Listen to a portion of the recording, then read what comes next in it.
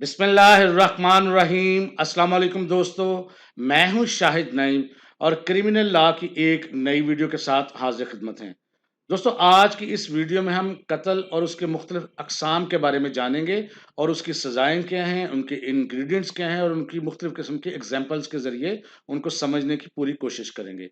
तो इससे पहले कि हम अपनी वीडियो का आगाज़ करें, तमाम वो दोस्त जो इस चैनल पे नए हैं, उनसे गुज़ारिश है कि अगर अभी तक आपने हमारे चैनल को सब्सक्राइब नहीं किया, तो हमारे चैनल को सब्सक्राइब कर लीजिए और उसके साथ नज़र आने वाले बेल के आइकन पे क्लिक करना मत भूलें।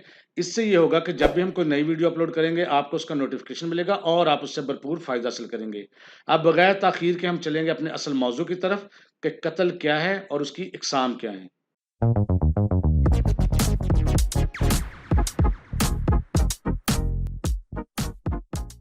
तो दोस्तों, जैसा कि बिल्कुल मैंने आगाज़ में आपसे कहा कि आज हमारा मौज़ू है कत्ल और उसकी इक़साम। तो आइए उसको देखते हैं। तो कत्ल की जो किस्में हैं वो बुनियादी तौर पर 4 हैं, जो पाकिस्तान पीनल कोड में बयान की गई हैं। कत्ल अम्द, कत्ल शिबह अम्द, कत्ल ख़ता और कत्ल बिस्सबब। कत्ल अम्द को बड़ी डिटेल के साथ हम पिछली एक वीडियो में डिस्कस कर चुके हैं। अगर आपने उसको नहीं देखा तो ऊपर आई बटन पर आपको एक लिंक नज़र आएगा। उस लिंक पर क्लिक करके आप कत्ल अम्द के बारे में तफ़सील से जान सकते सकते हैं। अब आगे जो इसकी 3 मज़ीद किस्में हैं, कत्ल शुबह अम्द, कत्ल ख़ता और कत्ल बिस्सबब, इसके बारे में आज हम इस वीडियो पे बात करेंगे। तो सबसे पहले हम बात करते हैं कत्ल शुबह अम्द पे। कत्ल शुबह अम्द को सेक्शन 315 में डिस्क्राइब किया गया है। कहा गया है कत्ल शुबह अम्द refers to a situation where someone causes the death of a person, यानी एक ऐसी सिचुएशन जहां पर किसी ने किसी दूसरे को मौत के घाट उतार दिया हो और एनी अदर पर्सन किसी दूसरे बंदे को by intending to cause harm और देयर बॉडी और माइंड, जबकि उसका मकसद सिर्फ उसको बॉडीली या माइंडली इंजर्ड करना था, यानी उसको जख्मी करना था, जान से मारना उसका मकसद नहीं था।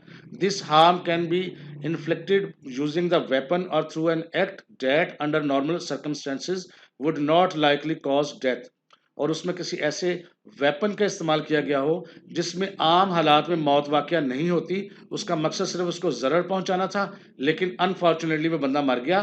तो इसको हम कहते हैं ये कत्ल शुबह अम्द है। अब इसकी इलिस्ट्रेशन देखते हैं, यानी एग्जांपल देखते हैं। A in order to cause hurt strikes Z, यानी ए ने जी को स्ट्राइक किया, यानी उसको ज़रब लगाई विद द स्टिक और स्टोन, किसी स्टोन से यानी पत्थर से या छड़ी से, which in ordinary course of nature is not likely to cause death. तो आम हालात में छड़ी से या पत्थर से तो कोई बंदा नहीं मरता। Z dies as a result of such hurt, लेकिन यहां पर उस जख्म की वजह से जी मर गया। ए शैल बी गिल्टी ऑफ कत्ले शुबह अम्द, तो कहा जाएगा कि ए ने कत्ले शुबह अम्द का इर्तकाब किया है। अब इसमें इंग्रेडिएंट्स क्या हैं सेक्शन 315 के, उसमें क्या हो, causing death of human being, किसी बंदे की जान गई हो। Intention was to cause harm और बॉडी और माइंड, लेकिन उसका मकसद उसको जख्मी करना या जरर पहुंचाना था, मारना उसका मकसद नहीं था। Death must be cause by mean of weapon और एक्ट, किसी काम की वजह से या किसी हथियार की मदद से वो जख्म पहुंचाया गया हो। Which in ordinary cause of nature is not likely to cause death, और आम हालात में ऐसे जख्म से या ऐसे वेपन से मौत वाकया ना होती हो, लेकिन मौत वाकया हो जाए तो हम कहेंगे कत्ले शुबह अम्द हुआ है। अब इसमें इसकी पनिशमेंट जो है वो सेक्शन 316 में बयान की गई है, और नॉर्मली यहाँ पर इसकी 14 साल कैद है, 14 साल कैद है, और सिचुएशन के मुताबिक कम ज़्यादा बहरहाल हो सकती है, ज़्यादा तो नहीं हो सकती, कम हो सकती है, और इसके साथ दियत भी हो सकती है। अब दियत क्या है, दियत सेक्शन 299 में बयान की गई है, और इसकी जो पेमेंट है वो कहाँ पर है, पाकिस्तान पीनल कोड के सेक्शन 323 में इसको बयान किया गया है कि उसकी कीमत जो है वो कम से कम कितनी होगी, 30,630 ग्राम्स ऑफ सिल्वर की मालियत के बराबर होगी। तो ये दियत की वैल्यू बनती है। अब हम बात करेंगे कत्ल खता क्या है। कत्ल खता को सेक्शन 318 में पाकिस्तान पीनल कोड में बयान किया गया है। कत्ल खता refers to a situation where someone unintentionally causes the death of person without any intention or cause harm or death, यानी किसी एक शख्स ने किसी दूसरे को मौत के घाट उतार दिया, लेकिन उसका मकसद ना तो उसको मारना था, ना ही इंटेंशनली यानी जानबूझ के उसने उसको जख्म पहुंचाना मकसद था, कुछ भी मकसद नहीं था, लेकिन ऐसा हो गया। This can occur due to an accidental act, ये आमतौर पर हादसाती तौर पर होता है, और ड्यू टू मिस्टेकन बिलीफ और मिसअंडरस्टैंडिंग ऑफ द सिचुएशन, या किसी किस्म के हालात को ना समझा जाए और उसकी नज़ाकत को ना समझे हुए समझते हुए कोई काम कर दिया जाए और वहाँ पर किसी शख्स की जान चली जाए, तो हम कहेंगे इसने कत्ल ख़ता का इर्तिकाब किया है। अब इसकी इलस्ट्रेशन देखते हैं। ए एम्स एट अ डियर, यानी ए ने शिकार की नीयत से निशाना बांधा हिरन की तरफ, बट मिसिस द टारगेट, लेकिन उसने अपने असल हदफ को निशाना बनाने के बजाय and kills Z who standing by A, तो उसने जी को हलाक कर दिया जो कि साथ ही खड़ा था। By A is guilty of कत्ल खता, तो कहा जाएगा अब ए ने कत्ल खता का इर्तकाब किया है।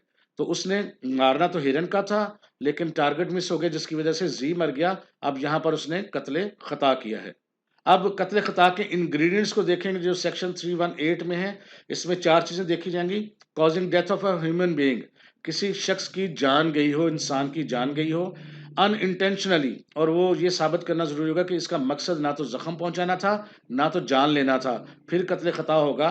बाय मिस्टेक ऑफ फैक्ट, या तो वाक़यात की गलती है, और मिस्टेक ऑफ फैक्ट या काम की गलती की वजह से ये सरजद हुआ है, तो कहा जाएगा ये कत्ल खता है।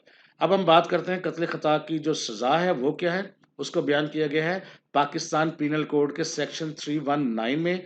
उसमें कहा गया है कि कत्ल खता जिससे सरजद होगा उसको 5 साल तक की सज़ा हो सकती है, और दियत का कुछ परसेंटेज भी हो सकती है, या दियत भी साथ देनी पड़ सकती है, और इसका सारा का सारा इन्हिसार हालात व वाक़यात पर होगा।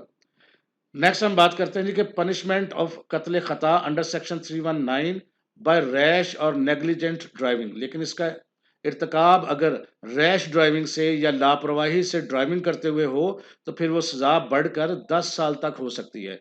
The severity of punishment takes in account the gravity of the offence and the impact of the person's reckless और नेग्लिजेंट ड्राइविंग बिहेवियर, और इस सज़ा का इन्हिसार उसकी शिद्दत पे है कि किस कदर उसने लापरवाही का मुज़ाहिरा किया, कितना उसने नेग्लिजेंट का मुज़ाहिरा किया, तो फिर इसका इन्हिसार है। तो यहाँ पर बहरहाल सज़ा बढ़ के 10 साल हो सकती है। ये रैश ड्राइविंग की सूरत में है।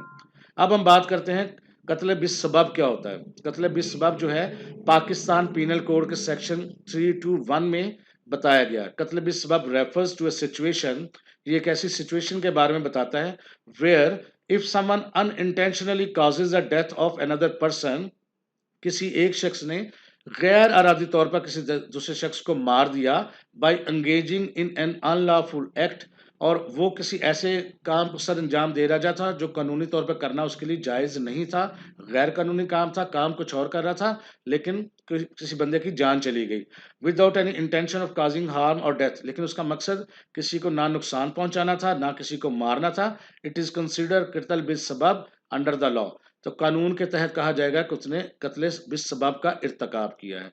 अब हम इसको देखते हैं, इसकी एक एग्जांपल देखते हैं।